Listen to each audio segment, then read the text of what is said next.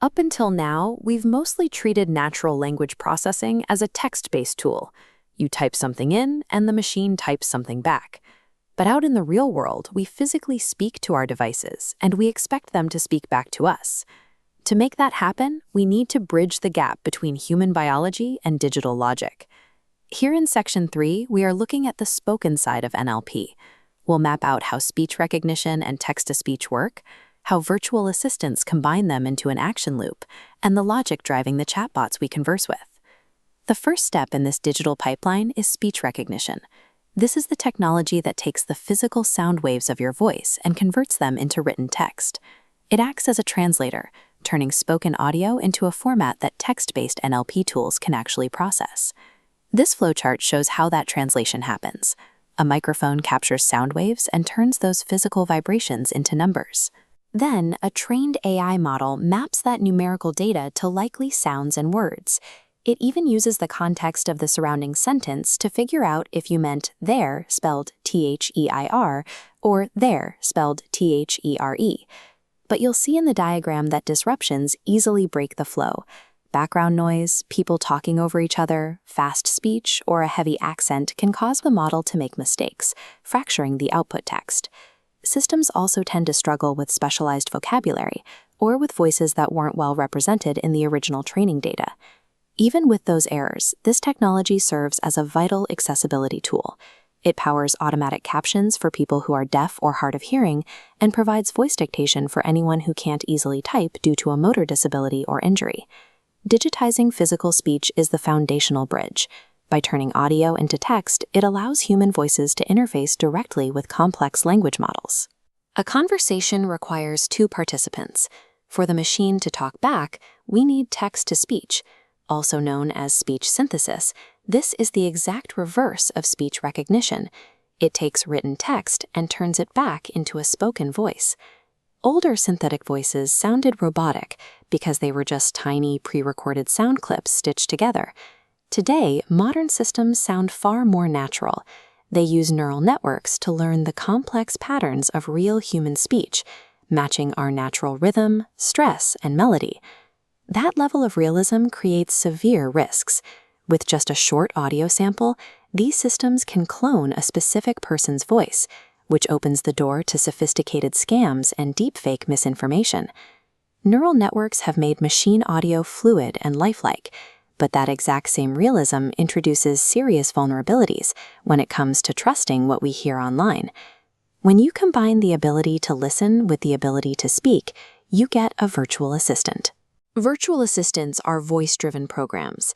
They don't rely on a single natural language task. Instead, they chain several different steps together to process your spoken requests and act on them. This graphic breaks down the sequence. When you ask, "What's the weather?" Step 1 is speech recognition, which turns your spoken words into text. Step 2 is natural language understanding, where the system analyzes that text to figure out your intent and any specific details, like your location. Once it understands the request, it moves to Step 3, taking an action, like looking up the forecast from a database. Finally, Step 4 is text-to-speech, converting the text of that forecast back into the spoken audio you hear. To know when to start that 4-step loop, assistants rely on a wake word, like "Hey Siri" or "Alexa." The device uses a small, local program to listen only for that specific sound pattern. Listening locally for a wake word is not the same as constantly recording your conversations and uploading them to the cloud. Still, these devices sit in our homes, which requires a privacy pause. You should look at your settings and ask, after the wake word, what audio is sent away and how long is it kept? Can I delete my history? Are my recordings used to train the AI? And who else in my household can trigger this device? Those privacy questions are becoming even more important because major assistants are getting a generative upgrade.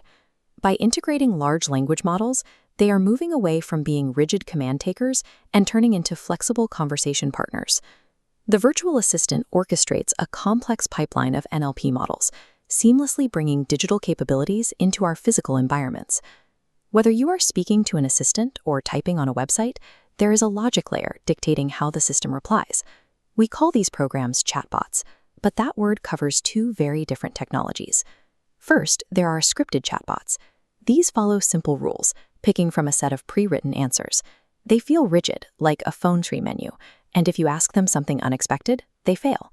This split screen highlights the difference. On the right, AI-powered chatbots don't use pre-written text. They generate new sentences word by word every time you ask a question. They respond flexibly to surprises and feel highly conversational. But look at the bottom row for the risks. Scripted chatbots are frustrating and often lead you to a dead end. AI-powered chatbots don't hit dead ends. Instead, they might produce highly confident, fluent answers that are completely wrong. Let's recap the pipeline. Speech recognition turns your physical voice into digital text. Text-to-speech reverses the process, turning text back into sound. Virtual assistants combine both tools into a 4-step action loop, while chatbots provide the conversational logic, whether that logic is strictly scripted or flexibly generated by AI. Now that we know how machines process and speak a single language, we can look at what happens when they bridge the gap between multiple languages. In the next section, we'll explore machine translation and language access. Modern natural language processing gives our devices the ability to speak with incredible fluency. But as users, we always have to remember, human-sounding confidence is never a guarantee of factual truth.